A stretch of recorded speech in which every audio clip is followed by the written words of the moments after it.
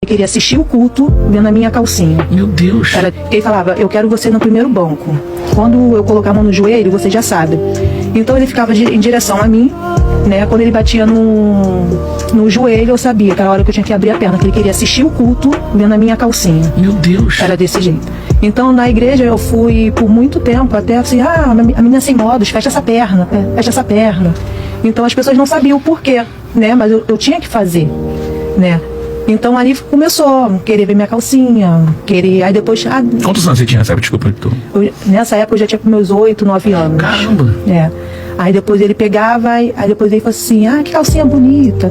Que graças a Deus minhas calcinhas sempre fui muito infantis por causa dos meus pais.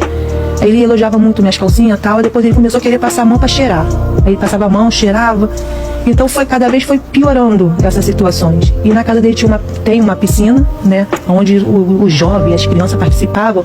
E ele sempre tinha mania de botar as crianças, né, no pé dele. E toda vez que ele me colocava, né, nos pés dele, ele ficava passando o dedo nas minhas partes íntimas. Sentada, no caso. Isso, eu sentada, ele ficava brincando assim, depois tacava as crianças, sabe? Mas nesse de brincar assim, ele já ficava passando o dedão dele nas minhas partes íntimas.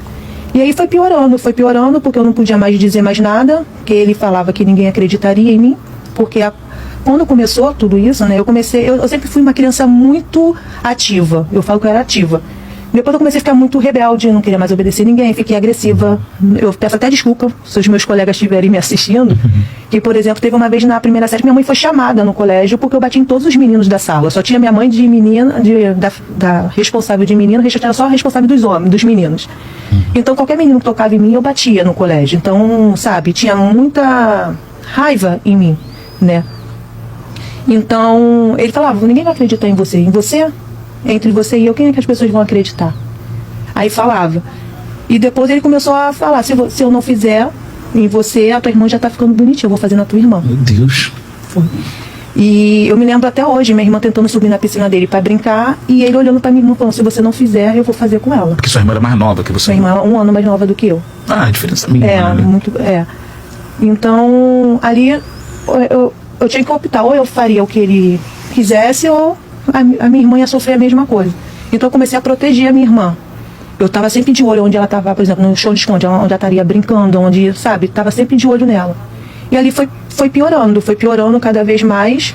O que eu posso dizer é que comigo não houve penetração, não por falta que ele não tentou, porque ele tentou. Ele tentou. Ele tentou. Mas por Deus ele desistiu, na verdade. Ele me perguntou se eu era mocinha. Aí eu falei assim, o que é isso? Ele perguntou, sangra? Aí eu, sim. Aí ele falou assim, então não posso não, senão tu vai ficar com o nenenzinho bem aqui, ó. E passou a mão na minha barriga.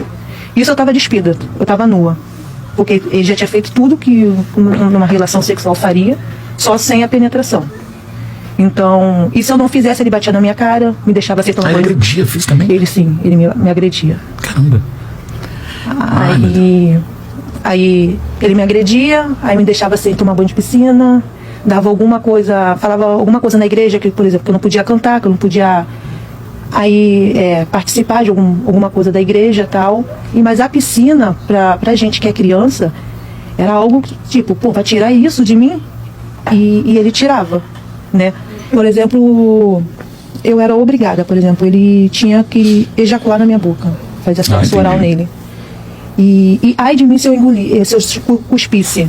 Ele me dava tapa na cara. E ele falava, não pode, isso aqui é o leite que as atrizes e as modelos tomam para ficar com um corpo bonito. Você vai ser a menina mais bonita da igreja se você ficar tomando. Gente, que doideira, mano. Era muito nojento. Era.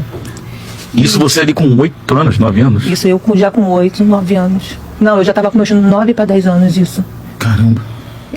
Na verdade, o que eu falo é que comigo e com ele houve tudo. Quando ele tentou fazer a penetração anal, eu falei que estava me machucando, tal, não podia. E depois ele tentou o normal, foi quando ele perguntou se eu era mocinha, e ele falou que não podia. Aí ele ficou com medo de ter uma gravidez. Isso, né? E eu ficava paralisada. Tem até um episódio que eu pegando uma van, tinha um senhor do meu lado, ele ficou, eu vindo do trabalho da Taquara, ele ficou passando a mão na minha coxa. Eu fiquei totalmente paralisada, eu não consegui ter reação. A mesma reação que quando eu era criança foi a mesma que eu tive. Graças a Deus que o cobrador olhou colega, tá acontecendo alguma coisa contigo aí? Quer que eu resolva? Aí eu ficava, meu encheu de lágrimas e fiquei olhando pra ele assim, ó. Sabendo o que fazer. Não, e era assim que eu ficava com ele. Ele faz isso, eu fazia. Era isso. Ele me botava sentada na frente, com ele também nu. Quando a mulher dele engravidou, ele falava, você agora é minha namoradinha, porque eu não posso fazer nada com a tia fulana, né? Caramba. Porque eu vou machucar o neném. Então você agora é minha namoradinha. Eu não quero ver você de papo com os meninos. E ele brigava comigo se eu ficasse perto dos meninos. Caramba. Na igreja. Então foi tudo muito difícil. Isso que eu tô contando por alto, né?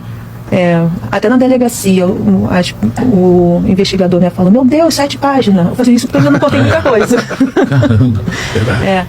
Mas foi terrível. E era triste, porque uma vez a mulher dele era minha explicadora. Aí estávamos eu, minha irmã e uma familiar dele sentados, e a mulher dele começou a implicar comigo, me beliscar muito. Aí eu estava bastante triste, né? Eu estava desenhando, não queria fazer lição, ela começou a me beliscar. Essas meninas safadinhas, que já tem fogo para ficar dando em cima de um homem casado, e eu bem quietinha. E ele estava no quarto, ele levantou e ficou na porta do quarto olhando. Aí ela me beliscando, que já tem cabelo. Aí eu, aonde? Na cabeça? Ela, não. Aí eu falava sovaco, né? Eu, no sovaco? Aí ela falava, não. Aí eu fiquei quieta. Aí depois ela começou a me maltratar, né? Lá tinha coreografia. A maioria das vezes eu sempre era, tipo, a principal, ela ficava no meio, né? Comecei a não ser. Ela começou a me botar mais pra trás, sabe? Pra eu não ser mais vista, né? Aí, infelizmente, ela falava. Então, eu sabia que ela sabia o que acontecia comigo e nesse instante que eu achei que alguém ia me socorrer, não tive ajuda. Ao contrário, ela falava que a culpa era minha, que eu que estava seduzindo um homem casado. Deus do céu. Foi Isso é uma criança de 10 anos, né? 8 anos, 9 anos.